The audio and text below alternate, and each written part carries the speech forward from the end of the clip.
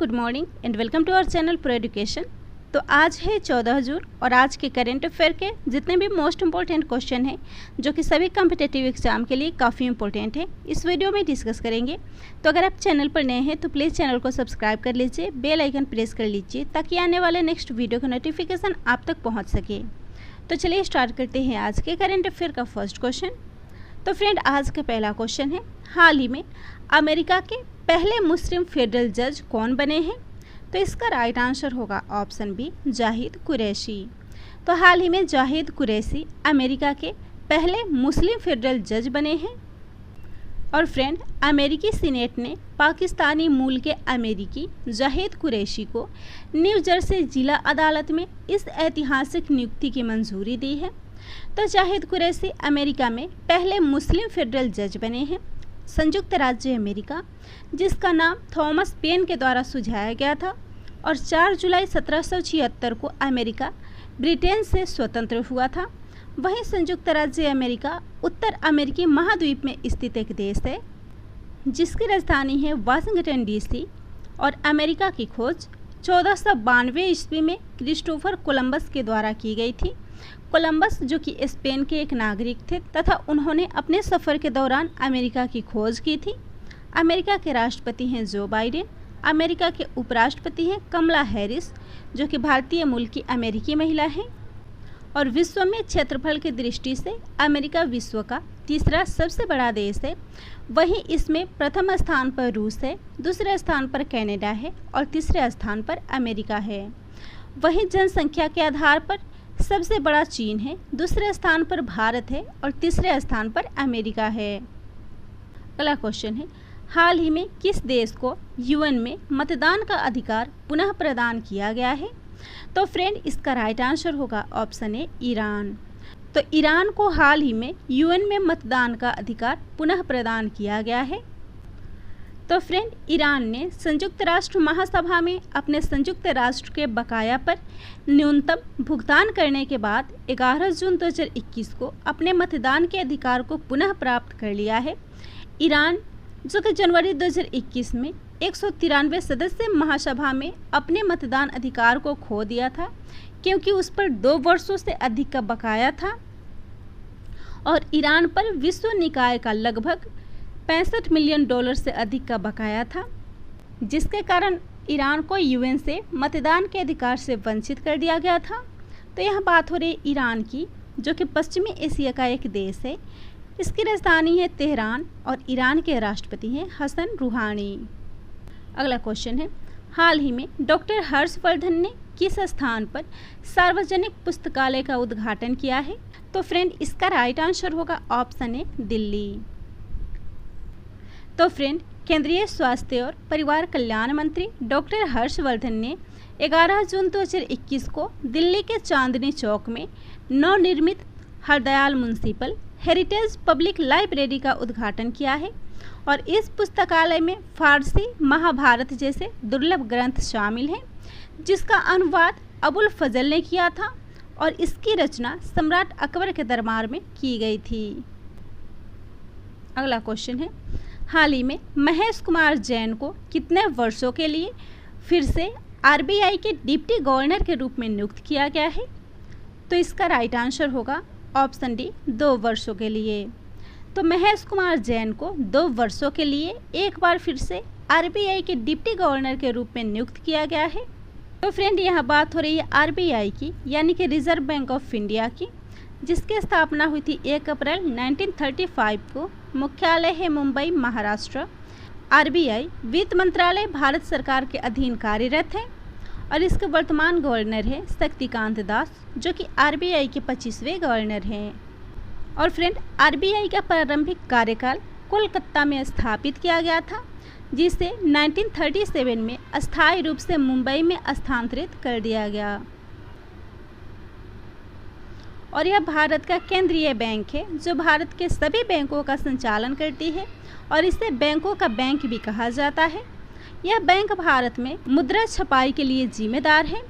RBI का पूरा नाम the imperial bank of India था और 1 जनवरी 1950 को इसका राष्ट्रीयकरण कर दिया गया। इसके बाद इस पर भारत सरकार का स्वामित्व हो गया। अगला क्वेश्चन है, संयुक्त राष्ट्र संघ के फिर से महासचिव कौन चुने गए हैं?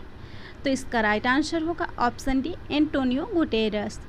तो एक बार फिर से एंटोनियो गुटेरस को संयुक्त राष्ट्र महासभा के सचिव के रूप में नियुक्त किया गया है।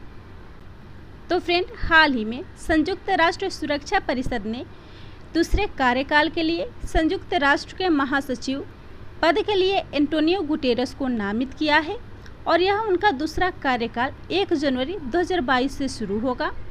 तो यहाँ बात हो रही है संयुक्त राष्ट्र की, जिसकी स्थापना हुई थी 1945 में और वर्तमान में इसमें सदस्यों की संख्या है 193 और इसका प्रमुख कार्य है अंतर्राष्ट्रीय शांति एवं सुरक्षा बनाए रखना, मानव अधिकारों की रक्षा करना, मानवीय सहायता प्रदान करना, सतत विकास को बढ़ावा देना और अंतर्राष्ट्रीय कानून को भली भांति क्रियान्वयन करना। और संयुक्त राष्ट्र के मुख्य अंग हैं संयुक्त राष्ट्र महासभा, सुरक्षा परिषद, संयुक्त राष्ट्र आर्थिक एवं सामाजिक परिषद, संयुक्त राष्ट्र न्यास परिषद और अंतर्राष्ट्रीय न्यायालय और संयुक्त राष्ट्र सचिवालय। संयुक्त राष्ट्र का मुख्यालय है मैनहट्टन टापू, न्यूयॉर्क, संयुक्त राज्य अमेरिका। आधिकारिक भाषाएं हैं अरबी, चीनी, अंग्रेजी, फ्रांसीसी, रूसी और स्पेनी।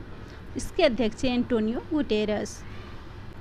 अगला क्वेश्चन है, हाल ही में इंडियन ग्रैंड प्रिक्स 4 की मेज़बानी किस राज्य के द्वारा की जाएगी? तो फ्रेंड, इस ग्रैंड प्रिक्स की मेज़बानी पंजाब के द्वारा की जाएगी। तो फ्रेंड, इंडियन ग्रैंड प्रिक्स 4 का आयोजन 21 जून को राष्ट्रीय खेल संस्थान पटियाला, पंजाब में किया जाएगा और इसका संचालन किया जाएगा भारतीय एथलेटिक महासंघ के द्वारा, जिसकी स्थापना हुई थी 1946 को। भारतीय एथलेटिक्स महासंघ का मुख्यालय है नई दिल्ली और भारतीय एथलेटिक्स महासंघ के अध्यक्ष आदिल सुमीरवाला। तो फ्रेंड, यहाँ बात हो रही है इंडियन ग्रैंड प्रिक्स की, जो कि फार्मूला 1 में दौड़ की एक श्रृंखला होती है जिसे ग्रैंड प्रिक्स के रूप में जाना जाता है और यह परियोजना निर्मित परिक्रमा स्थलों और पूर्व सार्वजनिक सड़कों और शहर की बंद सड़कों पर आयोजित किया जाता है। पहला इंडियन ग्रैंड प्रिक्स आयोजित हुआ था 2011 में और अंतिम आयोजित हुआ था 2013 में। अगला क्वेश्चन है, नमस्ते योग मोबाइल एप्लीकेशन किसके द्वारा लॉन्च किया गया है? तो इसको लॉन्च किया गया है आयुष मंत्रालय के द्वारा। तो इसका राइट आंसर होगा ऑप्शन ए, आयुष मंत्रालय। तो फ्रेंड, 11 जून 2021 को 7वें अंतर्राष्ट्रीय योग दिवस के कर्टेन रेजर इवेंट के दौरान नमस्ते योग नाम से एक मोबाइल एप्लीकेशन लॉन्च की गई है और यह एप्लीकेशन जनता के लिए एक इंफॉर्मेशन प्लेटफॉर्म के रूप में डिज़ाइन किया गया है और इसे योग के बारे में जागरूकता बढ़ाने और बड़े समुदाय के लिए सुलभ बनाने के उद्देश्य से इसको लॉन्च किया गया है। तो अंतर्राष्ट्रीय योग दिवस, जो कि प्रत्येक वर्ष 21 जून को मनाया जाता है और वर्ष 2021 में अंतर्राष्ट्रीय योग दिवस की थीम है yoga at home and yoga with family. अगला क्वेश्चन है, अनकटेंड यानी कि व्यापार और विकास पर संयुक्त राष्ट्र सम्मेलन की पहली महिला अध्यक्ष कौन बनी है? तो इसका राइट आंसर होगा ऑप्शन बी, रेबेका ग्रीनस्पैन। तो हाल ही में रेबेका ग्रीनस्पैन व्यापार और विकास पर संयुक्त राष्ट्र सम्मेलन की पहली महिला अध्यक्ष बनी है।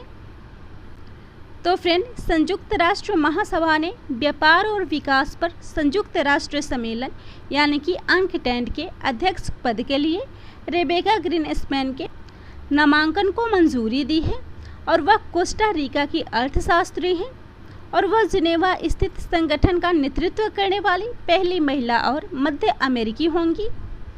तो यहाँ बात हो रही है व्यापार और विकास पर संयुक्त राष्ट्र सम्मेलन की, जिसे अंग्रेजी में United Nations conference on trade and development कहते हैं। इसकी स्थापना 1964 में अंतर सरकारी निकाय के रूप में की गई थी और यह संयुक्त राष्ट्र सचिवालय का एक हिस्सा है जो व्यापार, निवेश और विकास संबंधी मुद्दों को संचालित करता है। तो फ्रेंड, हाल ही में रेबेका ग्रीनस्पैन अनकटेंड की पहली महिला अध्यक्ष बनी है।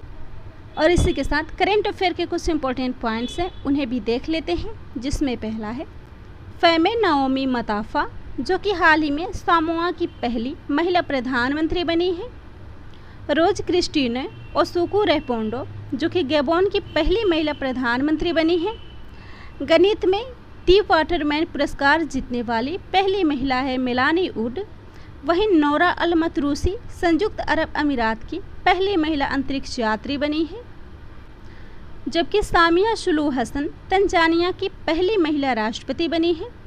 वहीं ओकोंजो-इवेला WTO की पहली महिला प्रमुख बनी हैं। अगला क्वेश्चन है, हाल ही में शिशु सेवा योजना किस राज्य में शुरू की गई है? तो फ्रेंड, इस योजना को शुरू की गई है असम में, तो इसका राइट आंसर होगा ऑप्शन डी असम।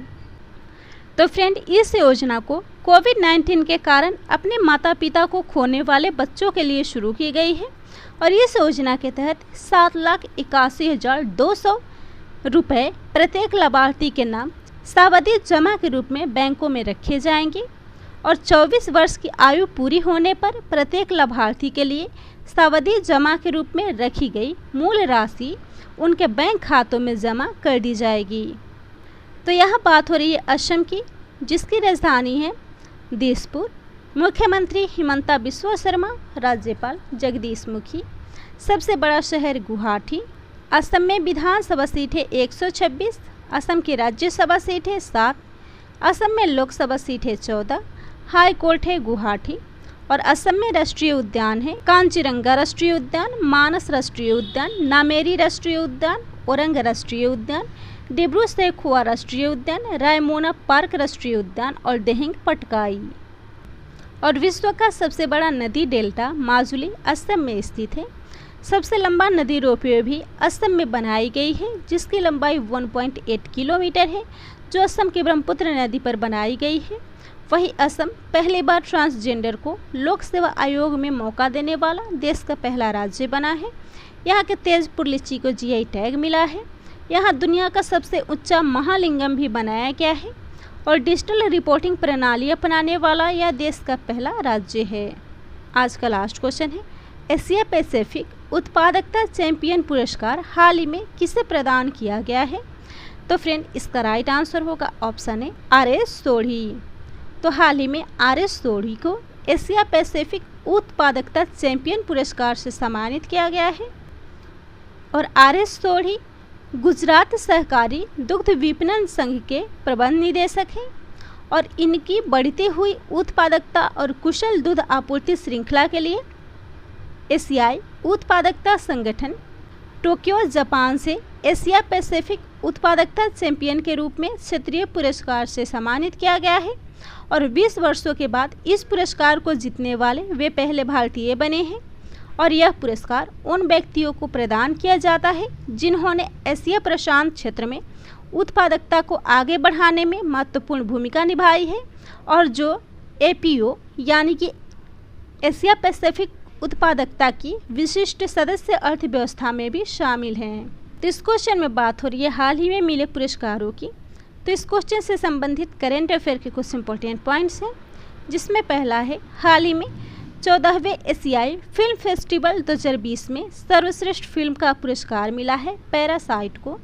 वही वर्ष 2020 का एजूथन पुरस्कार मिला है पॉल जचेरिया को। वही डॉक्टर तुलसीदास चुग पुरस्कार 2020 मिला है सतीश मिश्रा को। नेल्सन मंडेला पुरस्कार 2020 से सम्मानित हुई हैं मोरिसाना कोएट। ग्लोबल आर्ट प्रतियोगिता में विशेष पुरस्कार मिला है अंजार मुस्तीन अली को। और 2020 के ब्याज सम्मान से सम्मानित हुई हैं प्रोफेसर शरद पगारे। तो यह था आज के करेंट अफेयर का टॉप 10 इंपॉर्टेंट क्वेश्चन। वीडियो पसंद आता हो तो वीडियो को शेयर कीजिएगा, चैनल को सब्सक्राइब कीजिएगा।